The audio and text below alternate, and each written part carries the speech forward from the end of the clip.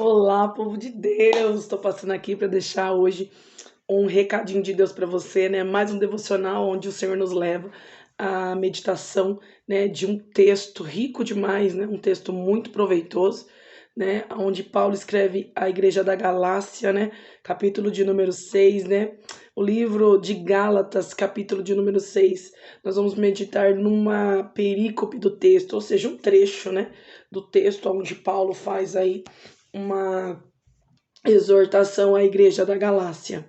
Nós vemos aqui, irmãos, que Paulo, ele é o fundador, né, da igreja da Galácia. Claro que ali se situava na região da Turquia, né? Nós vemos que a igreja da Galácia não era fundada por pobres, né?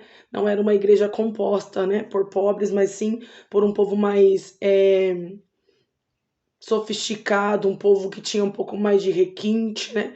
Um povo que tinha um pouco mais de posses, né? Era uma igreja helenizada, né? Uma igreja que tinha aí, sim, né, os seus recursos, né?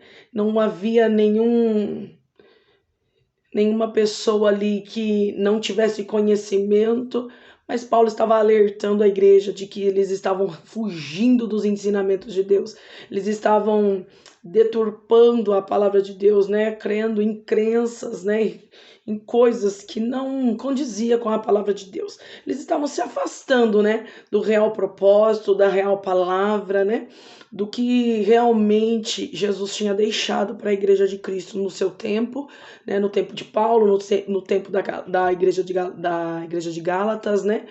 E também no nosso tempo, porque a palavra não muda, né? Ela é imutável, né? A palavra está situada no Kairós de Deus, né? Ela é eterna, né?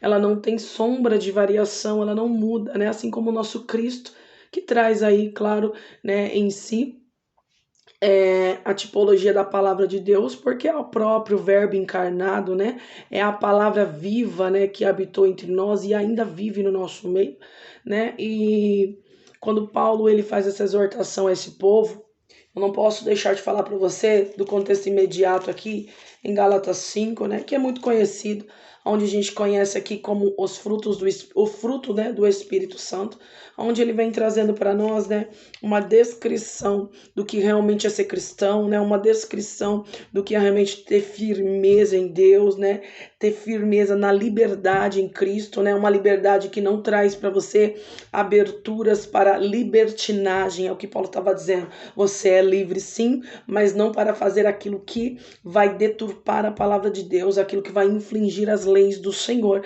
mas você é livre em Cristo que já te libertou para ter uma vida sarada, né?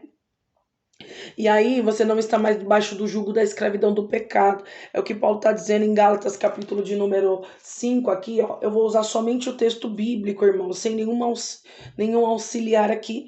Eu vou utilizar de duas referências bíblicas, né, como concordância bíblica, para que nós possamos entender o que estava passando no coração de Paulo naquele dia, né, o que estava se desenvolvendo, qual que era a tese que Paulo estava defendendo, né, aqui no capítulo 6 do livro de Gálatas.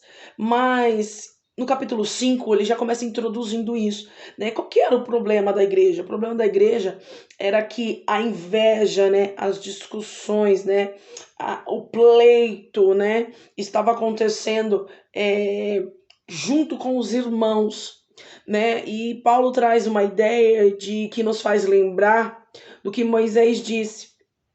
Afinal de contas, vocês sois irmãos, por que fazeis mal uns aos outros, né? Moisés disse isso e Paulo remonta isso no capítulo de número 6 do livro de Gálatas, né? Trazendo para nós a importância de estarmos inseridos num capítulo anterior de Gálatas 5, tendo o fruto do Espírito. Paulo ele vai descrever o fruto da carne e vai descrever o fruto do Espírito. Ele vai dizer que nós devemos plantar no Espírito, porque aquele que planta na carne, ele colhe a corrupção, né? Ele colhe a morte espiritual. Então eu tenho aqui Paulo trazendo no mesmo Gálatas 5, no final do capítulo, dizendo que porque toda lei vai se cumprir, né? A palavra de Deus se cumpre, toda lei se cumpre em amarás o teu próximo como a ti mesmo. Gálatas 5, verso de número 14. Paulo vai dizer que, um pouquinho mais acima, que eu não posso usar da liberdade que o Espírito me dá para dar ocasião à carne, né? Mas para servir uns aos outros em amor. Essa liberdade que Cristo nos deu, se libertar, né? Porque se o Filho te liberta verdadeiramente, você é liberto, vai trazer para você não mais a escravidão sobre o pecado. Então Paulo vai descrever aqui o que realmente é a justiça de Deus, o que realmente é a palavra de Deus, né? Que se resume em amar o seu próximo como a ti mesmo. Paulo ele vai trazer para nós de uma maneira bem profunda, uma ideia de que verdadeiramente nós temos que passar longe do plantio da carne, porque o plantio da carne vai trazer para nós, olha aí, vai trazer as obras da carne vão ser manifestas.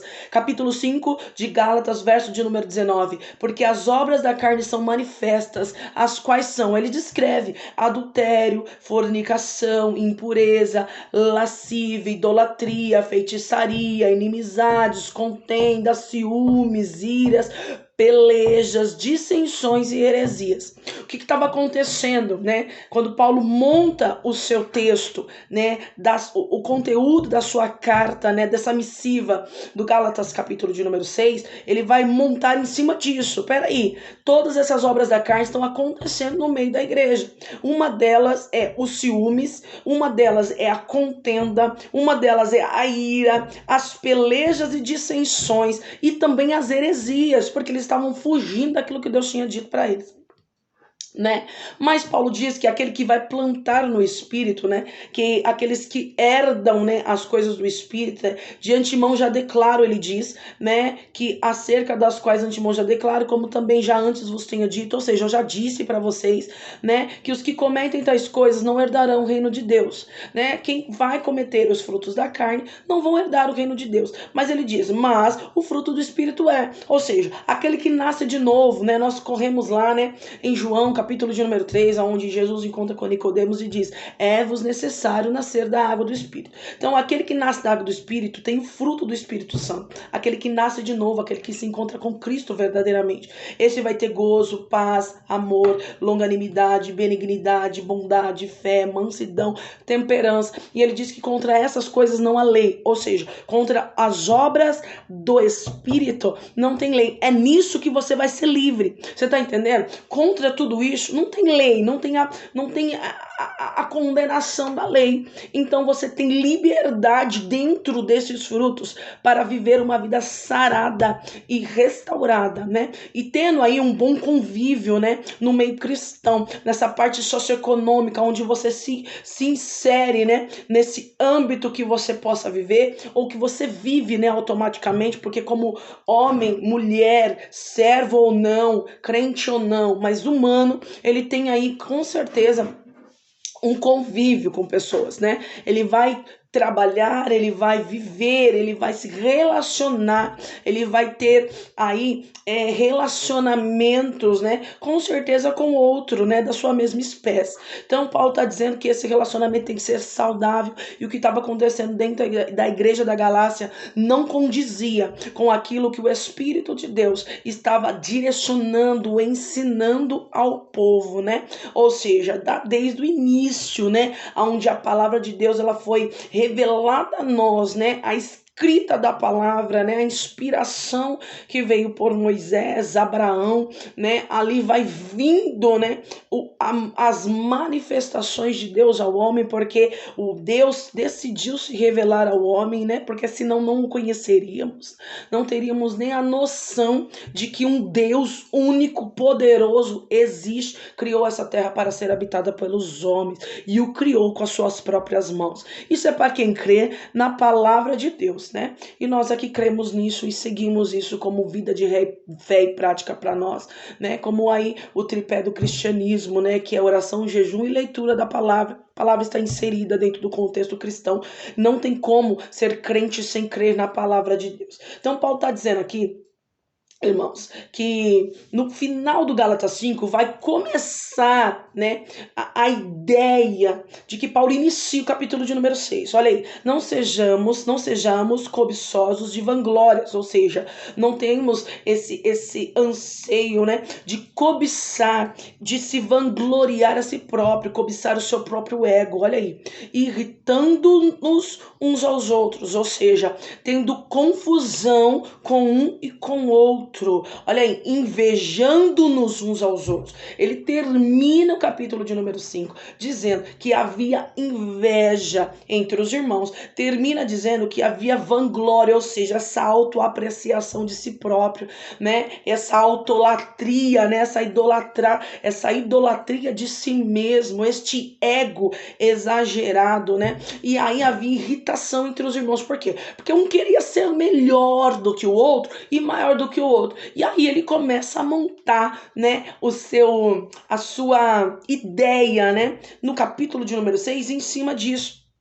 E ele inicia dizendo: irmãos, se algum homem chegar a ser surpreendido em alguma ofensa, vós que sois espirituais, caminhai-os ao tal com o espírito de mansidão, olhando por ti mesmo para que não sejas também tentado. O que ele está dizendo? Ele está falando: peraí, irmãos, se você é tão espiritual assim, né, eu preciso dizer para você, se você está dentro dos frutos do Espírito realmente, e se você realmente tem Cristo dentro de você, como você está dizendo, né, que você é santo, sarado, restaurado, você não peca, você não faz isso, você não faz aquilo, já pecou. Porque a Bíblia diz em Romanos 3 que todos os destituídos da glória de Deus, né, abaixo da linha da desobediência, todos estão. Não há um justo sequer que adora a Deus, não há um crente sequer na terra que possa adorar o Senhor, né? Todo homem seja mentiroso, né, e Deus seja verdadeiro. Então, ele diz que se nós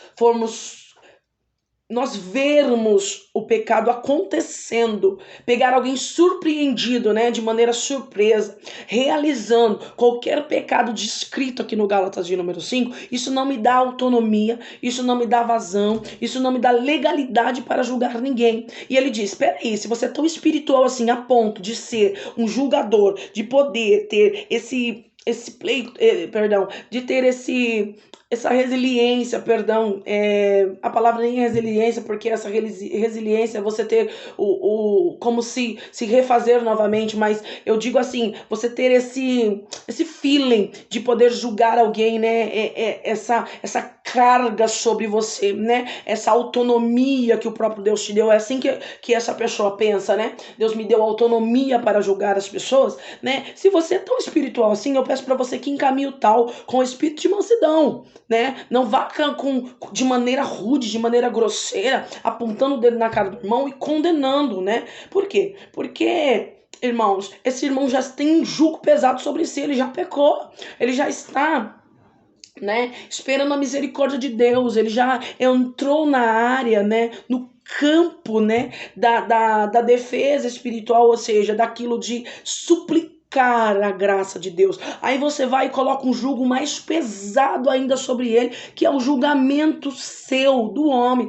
porque ele já vai enfrentar o julgamento de Cristo, né? Para que enfrentar o seu também? É isso que Paulo está dizendo. Peraí, né? Mas com mansidão, com carinho. Por quê? Porque você não quer desmontar esse crente. Você quer fazer com que ele volte a ocupar a posição que ele tinha anteriormente. Ou seja, de um crente restaurado e sarado pela presença de Jesus. Se esse realmente é o seu intuito, se essa realmente é a sua intenção, Paulo está dizendo, se você é tão espiritual assim, então que você faça isso com mansidão. Peraí, mas olhando por si mesmo para que você não caia, não seja tentado na mesma situação. Por que Paulo fala isso? Porque tem crente, irmão, que diz assim: vou ajudar o irmão fulano de tal, sou mulher, e eu vou ajudar o fulano de tal a ser crente de novo. Por quê? Porque eu vi que ele traiu a esposa. Já foi um pecado, confesso. Ou eu vi, né, isso acontecendo, o irmão tá ali tentando se reerguer, né, se restabelecer.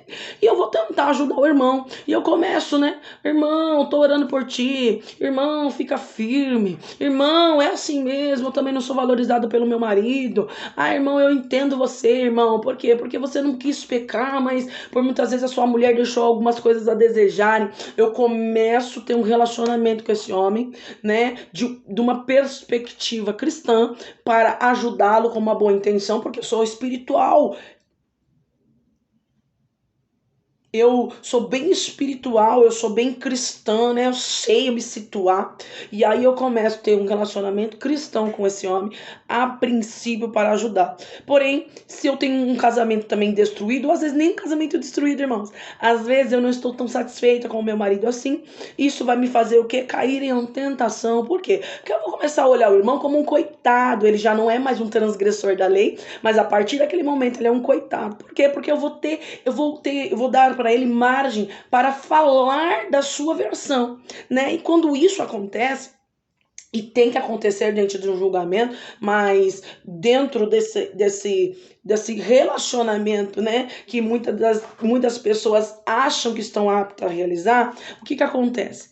Acontece a queda do pecado. É o que Paulo está dizendo. Peraí, o cara já caiu e você vai cair junto com ele, porque daqui a pouco você está fornicando com o cara.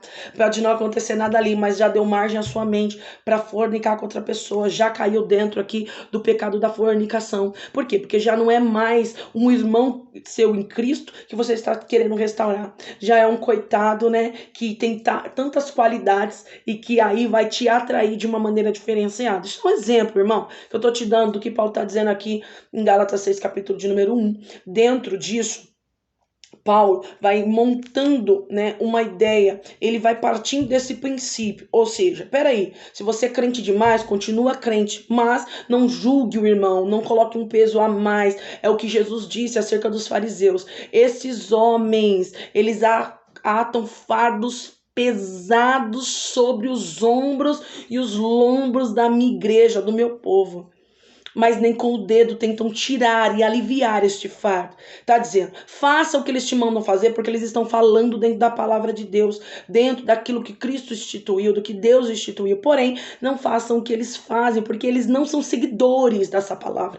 Eles são aqueles homens que falam, faço o que eu mando, mas não faço o que eu faço, porque não fazem o que deve ser feito. Paulo está dizendo assim, se você é crente, faça o que deve ser feito, dê exemplo, continue cristão. Ei, se você pegar alguém no pecado, se você for surpreender alguém, né, nesse momento caído, não o julgue, mas tente o levantar. Se você não pode o levantar porque você tem risco de cair nessa mesma tentação, tá, Paulo, eu não tenho risco, eu sou firme, então vá vigiando, é o que Paulo está dizendo, entre nesta peleja junto com esse irmão, com esta irmã, guerreando de maneira vigilante, é o que Paulo está dizendo. Olha aí, levai as cargas uns dos outros e assim cumprireis a lei de Cristo. Sabe o que ele está dizendo? Quando ele fala aqui, Paulo está dizendo que a lei de Cristo vai se cumprir no que Gálatas 5 disse, em amar o seu próximo como a ti mesmo. Levar a carga um do outro não é, irmão, você responder pelo pecado do seu irmão. Não, você levar essa carga é aliviar esse fardo, né? Ele já pecou, então alivia isso aí para ele. Não vai condená-lo à morte, né? A separação do corpo cristão, do corpo de Cristo, né? Não faça isso. Então leve a carga uns dos outros, alivie, ajude, olha aí. E assim você vai cumprir a lei de Cristo, ou seja, amando o teu irmão a ponto de não condená-lo, a ponto de não julgá-lo. Por quê? Porque você tem a mesma estrutura que o Paulo está dizendo, você está no mesmo barco, nós somos farinhas do mesmo saco, é o que Paulo está falando. Ei, no mesmo pecado que hoje você acusa, amanhã você pode cair. Paulo está dizendo e nos alertando, vigia, para que você não caia no mesmo pecado, mas não julgue, porque você tem sujeição a esta mesma paixão, a esta mesma tentação, é o que Paulo está falando, porque se alguém cuida ser alguma coisa, não sendo nada, é o que ele está falando. Se você já entra com esse ego exagerado, se você está achando que você é alguma coisa, ele já responde, você não é nada, né? Engana-se a si mesmo, ou seja, engana-se a si mesmo o crente que acha que é o super crente, que é o bam, o que vem arrebentando em fé. Engana-se a si mesmo de maneira, irmão, incoerente. Por quê? Porque Paulo estava dizendo, ei, tudo isso que vocês estão fazendo, realizando aqui, não é sustentado pela palavra de Deus. Tá sendo de maneira insustentável, incoerente, não condiz com a palavra do Senhor, não condiz com o relacionamento mútuo e fraterno que Deus instituiu para nós. Tanto que o início do texto ele vai dizer exortação ao apoio recíproco. Ele está exortando, ele está incentivando ao povo, né? Estimulando ao povo, encorajando ao povo. Olha aí, eu coloquei alguns sinônimos da palavra exortação, né?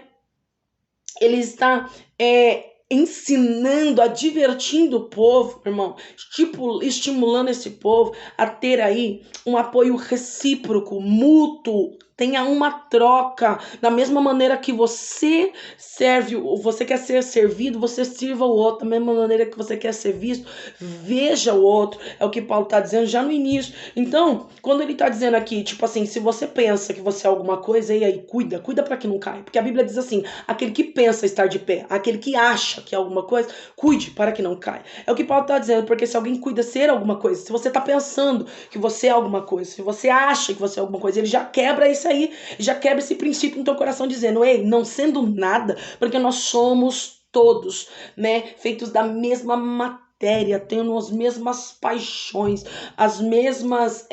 os mesmos flagelos na alma, as mesmas dificuldades como humanos, é o que Paulo está dizendo. Olha aí, mas prove cada um a sua própria obra, ou seja, examina você mesmo com uma lupa. A ideia no grego aqui é uma lupa dentro de si, realmente uma sonda que vai entrar dentro de você e te sondar de maneira precisa. Olha aí, não terá glória em si mesmo, porque você vai enxergar a sua natureza caída, adâmica. Quando você fizer isso, você vai enxergar isso em você. É o que Paulo está dizendo. E aí, e não no outro, você vai conseguir remontar dentro de você a dificuldade de ser muitas vezes servo santo, sarado na presença de Jesus, e vai entender que o outro também tem a mesma dificuldade. Às vezes ele foi fraco naquilo e que você pode ser lá na frente fraco também, ou já foi no passado. Então, tem muita gente, irmão, que cometeu pecados no passado, que eu acho que tem amnésia, né? Que quando o irmão comete um pecado, esse crente, esse servo aí, ele condena o outro, né? Mas eu tenho algo aqui para você em 1 Coríntios, por isso que eu falei que eu ia usar, né, a concordância bíblica, porque 1 Coríntios, capítulo de número 15, verso de número 10, olha o que diz assim, mas pela graça de Deus eu sou o que sou, né, e a sua graça para comigo não foi vã, ou seja, eu sou crente, sou firme, porque é pela graça de Deus. Se eu estou dando um bom testemunho e não cair no plantio da carne, é porque a graça de Deus me alcançou. Mas antes eu trabalhei muito para que, mais do que todos eles, ou seja, eu tive essa abstenção do pecado, né? Eu tive que abrir mão de tudo isso e foi difícil. Eu trabalhei mais do que todos eles para chegar nesse nível, né? Mas, porém, todavia, não eu, olha aí, mas a graça de Deus está comigo. Então não é porque Paulo era bom, não é porque Paulo era santo que ele tinha esse pensamento, mas é porque Paulo estava debaixo da graça de Deus, ao contrário de muito fariseu, que olha o que Jesus vai dizer, que quando a pessoa olha para si mesmo com uma lupa e não enxerga que ela tem estrutura caída, que ela é feita de barro e que o mesmo barro é feito o seu irmão, olha a maneira que essa pessoa altiva, de egocentrismo, né, que tem essa pessoa egocêntrica, que tem esse ego aumentado, né, que tem esse ego exagerado, ela vai se ver. Olha aí, dos homens subiram ao templo a orar, um fariseu e outro publicano, né? Jesus vai montar uma história. Olha como o fariseu orava. O fariseu, estando em pé, orava consigo mesmo, dessa maneira. Olha aí, ele orava para ele mesmo, não era para Deus. Ele achava que estava orando para Deus. Olha aí, ó Deus, graças te dou, porque não sou como os demais homens, roubadores, injustos, adúlteros e nem ainda como este publicano. Ele estava se comparando de maneira depreciativa, olhando para os irmãos de maneira depreciativa, mas se comparando de uma maneira altiva. Eu estou num nível acima, né? Eu não sou como eles, mas eu estou num nível acima. Eu não posso orar desse jeito, eu não posso ver desse jeito. É o que Paulo está dizendo. Eu não posso entender que se eu olho para o irmão, só vejo vejo o pecado nele e não vejo a estrutura que eu fui criado, não vejo a estrutura que eu sou formada, né? Não vejo a estrutura em qual eu faço participação. Paulo, ele tem uma... ele não tem dificuldade, irmão, de falar desse assunto. Sabe por que ele não tem dificuldade?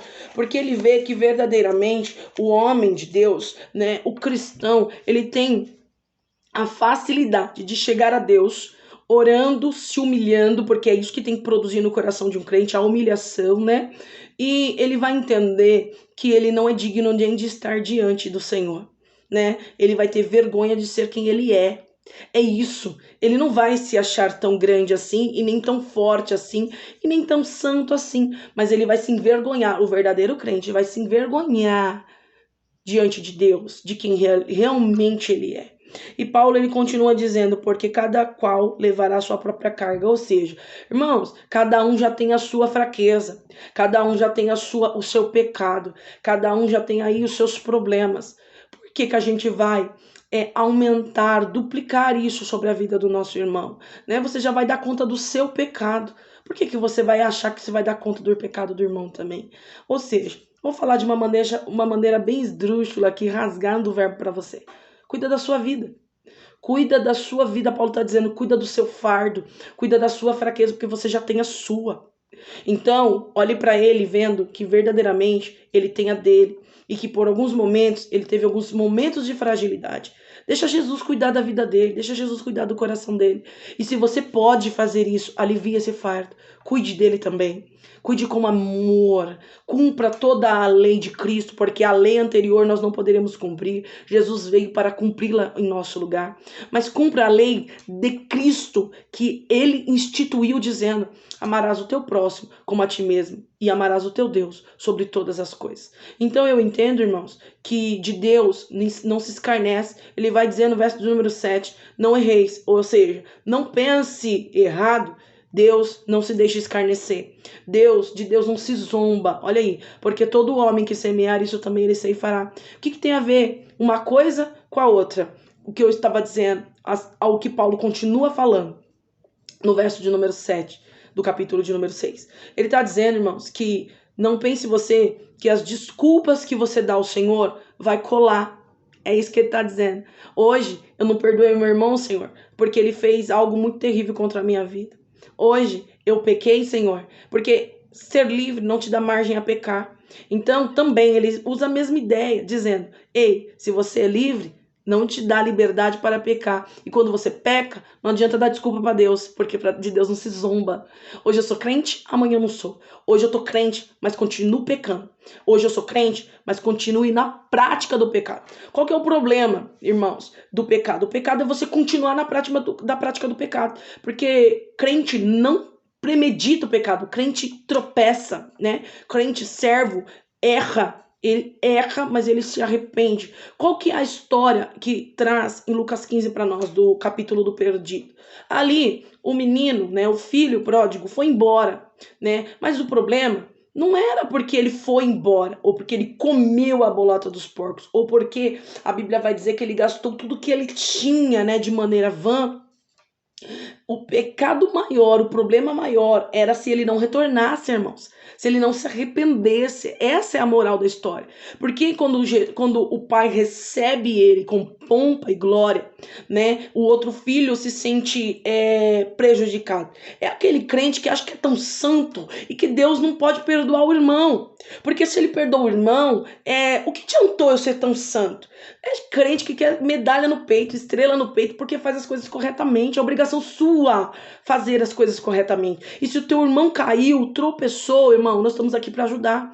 Paulo está dizendo aqui a mesma história de Lucas 15. Ou seja, vai pôr um anel no dedo, uma veste real, vai montar uma mesa, vai mandar matar um cordeiro e vai realizar festa quando o seu irmão se arrependeu do pecado que ele cometeu.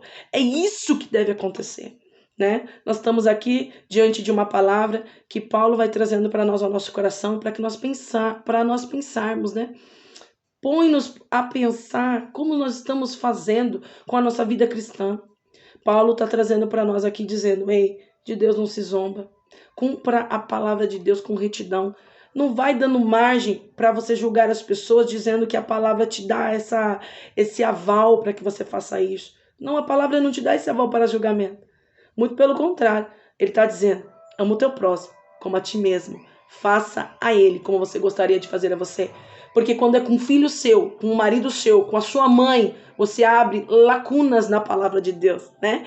Ou seja, você é misericordioso porque é sangue teu. Mas irmãos, o teu irmão é carne da tua carne, porque a Bíblia diz que nós somos o corpo de Cristo. Então, haja como corpo de Cristo. Ame o teu próximo e não engane a Deus, né? Porque a gente às vezes quer enganar a Deus. De Deus não se zomba, porque tudo que o homem plantar, certamente ele colherá. Ou seja, com a mesma medida que você mede, ei, vos medirão de volta. Paula, por que eu zombo de Deus assim?